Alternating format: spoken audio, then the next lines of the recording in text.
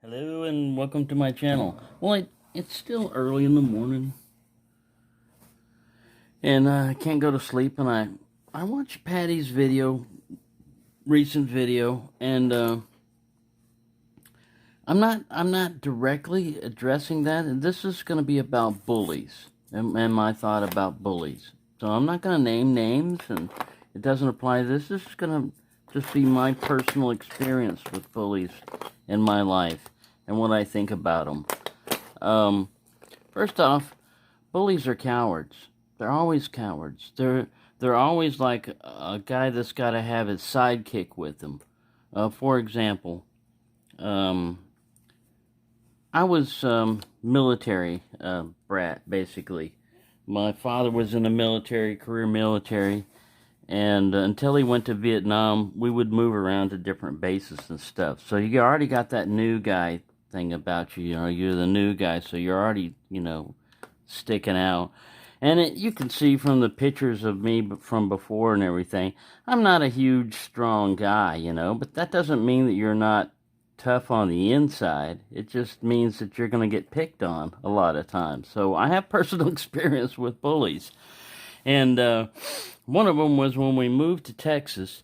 Well, everything was really, here I was going to school in Michigan where the education was much better. They had their shit together.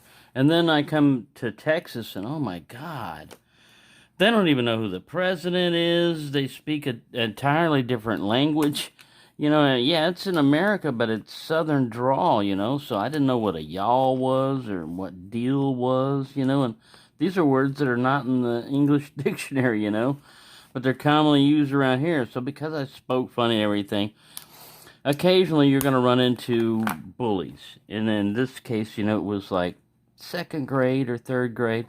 My mother would give me, school would have this stuff every once in a while for like a quarter. You could buy this milk thing or something, some stamp or something, and your school participates it, and in the end they give, they get stuff. It's like milk money or whatever. And so you wouldn't have a lot of money on you. This was in the 60s.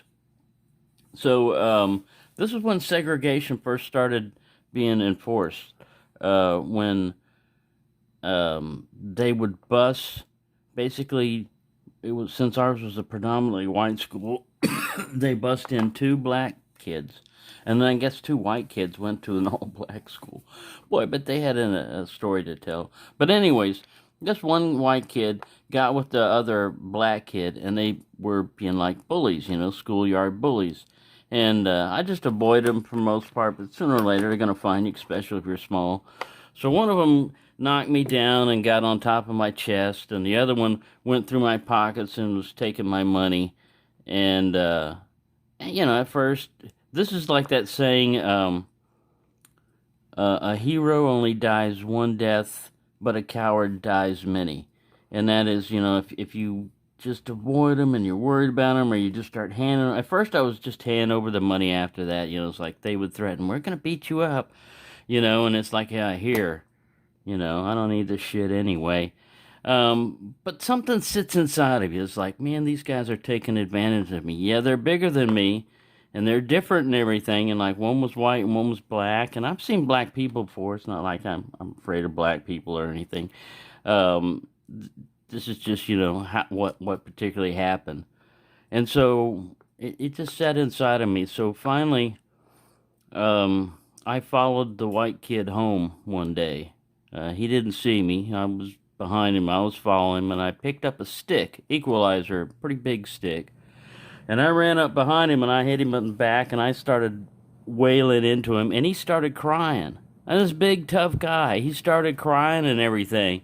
And he was trying to say it was the other guys, started it, and he didn't mean it, and all this other stuff. And I felt sorry for him. I felt pity, because I realized, he was just a monster because he got away with it, because nobody ever called him out on it. Nobody ever stood up to him. Everybody just like, ooh, I'm afraid of him. I'm not afraid of bullies. I've gone against people much bigger than me. I've gone against a lot larger people than me that outweighed me in size, age, physical strength, everything.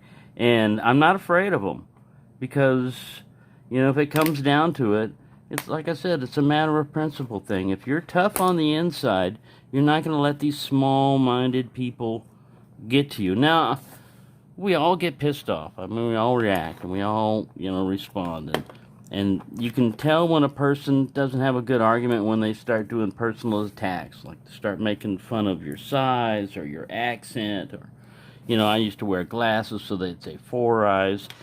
And it's true. It's usually the person in the back who's always saying stuff, or the captain of the squad, or the little clique, or whatever. And if you just go after them, and you make sure that it hurts the guy that's doing all the talking, you may only get one punch in on him, but you're going to get your point across, man. I'm not an easy mark. You're not going to just walk all over me. I don't need your shit. And as far as YouTube goes, it's even easier than that. I mean, if they're on your channel and you don't want them on your channel, you can just block them. You can give them a chance to be civilized and to talk, but if they're not subscribed to your channel and they're coming over and starting shit, it's pretty easy to block a person.